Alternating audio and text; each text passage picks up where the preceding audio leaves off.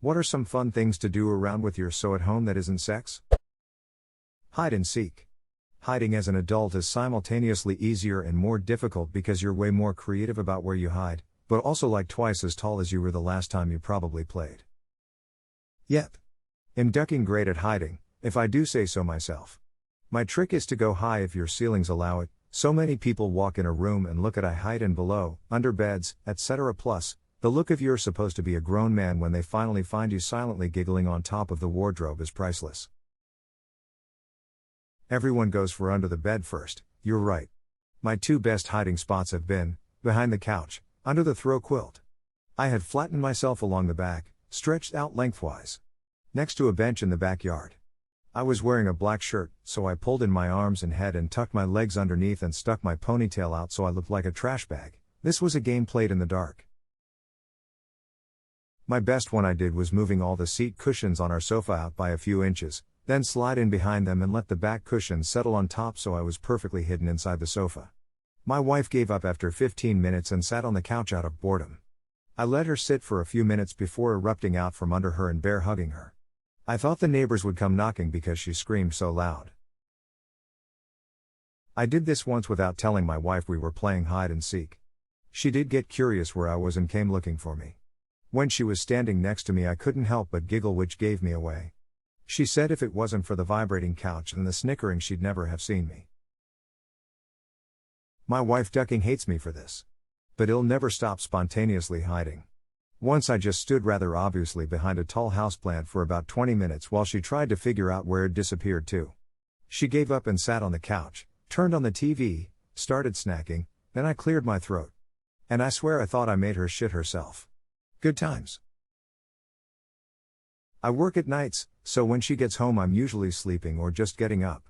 I had woken up just as she was opening the door, so I jumped out of bed and hid behind the door, with the lights still off of course.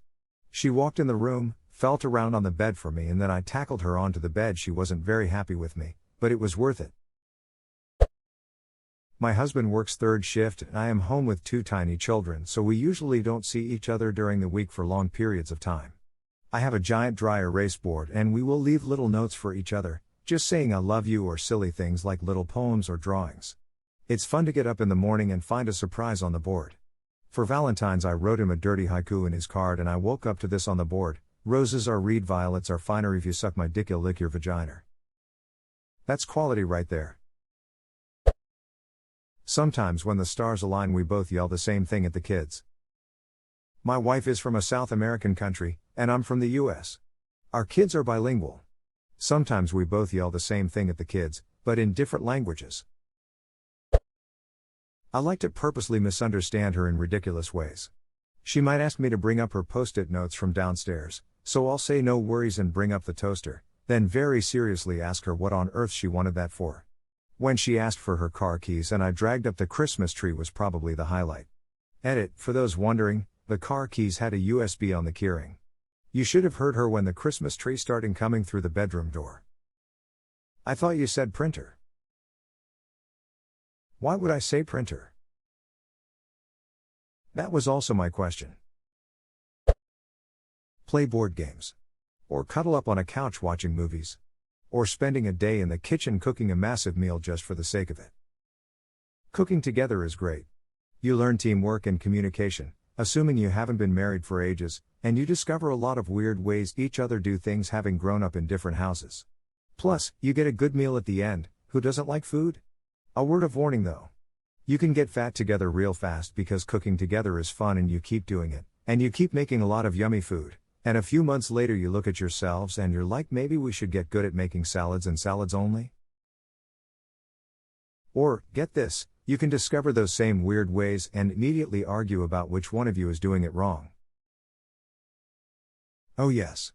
When my so and I cook together there's a lot of why are you cutting it like that, what do you mean you've always done it that way? Yes, I get the general idea, but I'm sure your mom didn't mean that way, I'm sure your mom meant this way.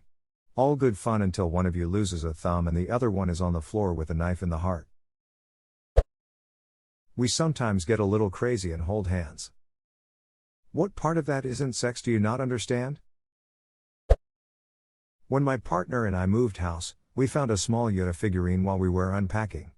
Neither of us had ever seen it before. It is now the surprise Yoda, and we take turns hiding it around the house, for the other to find discover. When it is located, the person who found it shouts Yoda, laughs, and then hides it again. I live surprise Yoda. Edit, mistake did I make? Both live and love the Yoda I do. Edit 2, an incomplete list of places where Yoda was hid, atop a weeping angel inside a box of tea, under the cap on a can of hairspray, inside a packet of wet wipes that had been taken to a festival, inside a packet of cigarettes, standing in the eye socket of a painted animal skull, within the ribcage of a small, rubber skeleton. Strangely, some of the best places have been in plain sight, but situated somewhere that your eyes just move over, so that when you do notice it, it's extra baffling that you didn't see it before. We have the exact thing, but with a mini stuffed animal. This is the best game. Also, I haven't found it in a month. My brother, dad and I all live a fair distance from each other. When we catch up, it's usually for an event that involves a few beers. We hide our empty cans around each other's house. It's a funny reminder when we come across one. We ganged up on my sister at her engagement party years ago. I bet she still hasn't found the one stuffed up the chimney of her unused open fireplace. We play fight and wrestle sometimes, but that sometimes ends up in sex anyway. The last time my wife and I wrestled, it was a little over years ago, so 6 months into our marriage. I ended up laying there limp on the bed, unable to move my head. She was like, "What just happened? I can't move my head, blah blah blah." We get me to sports medicine guy, turns out I pulled a disc in my neck, was in a brace for 3 weeks. So needless to say, we don't wrestle anymore. Frown. When our marriage was new, during wrestling we somehow pulled my thumb completely out of joint. It was turning some awful colors and my husband was freaking out, but I wasn't, because I didn't feel it. He wanted to rush me to the hospital, but I wanted sex. So I told him I'm going to just put it back. He screams, "No, no, no, don't touch it." But I said, "No, I'm just going to put it back," and I put it back. He was too freaked out for sex, which was actually funny to me, but it was late and I didn't want to go to a hospital anyway since I was an administrator in one during the day. So the next day I went in and got it looked at through employee health, and then they were shocked I was able to do it myself. Read books. Play Overcooked. Edit, reading together. Imagine sitting quietly with your so each reading something. You don't have to talk. You're both engaged, and you acknowledge each other non-verbally, touches, glances, etc. Pause to read some passage you like to her or ask what a word or cultural reference means. I think it's very relaxing. Recently she was reading The Three-Body Problem, which I've already read, and I was thumbing through Rick Steves' Spain because we're going to Madrid to climb in a few months. I recall a movie quote that escapes me where someone is explaining how a good test of a relationship is comfort in being able to just shut the duck up and relax in silence. Maybe someone can help me remember? And Overcooked is absolutely stressful, but that stress doesn't have to be bad. In a 4-person scenario, everyone is inevitably yelling over each other. I play video games to relax and have since I was a kid. She gets really hyped up. There's a plan and engineering aspect to this, as you inevitably will fail a level, which is fun. She's a much more organized, planning-oriented personality. I have noticeably higher mechanical skill at a PS4 controller, and I can watch what she's doing and still throw chicken into pans across traffic. It's fun to blame each other for fucking up, but nobody really takes the game too seriously. Also, all of this is actually just foreplay anyway. It equate Overcooked to Monopoly. It can ruin relationships. My husband and I almost never fight. We've mastered the art or calm disagreements and talking things out.